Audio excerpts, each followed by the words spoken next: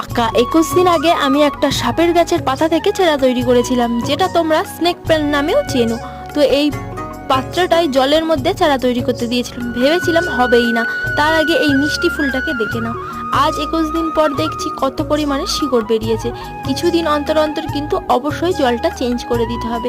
তো যারা এই গাছ কিনতে পারছো না, তারা একটা পাতা কালেক্ট করেই সহজে চারা তৈরি করে ফেলতে পারবে, তাও আবার একদম ফ্রিতে। এইবার আমি এই পাত্রের মধ্যে বসিয়ে দিচ্ছি, এবার বড় হওয়ার অপেক্ষা। ভিডিওটা ভালো লাগলে অবশ্যই একটা লাইক, শেয়ার, সঙ্গে সাবস্ক্রাইব করে দিও। আজ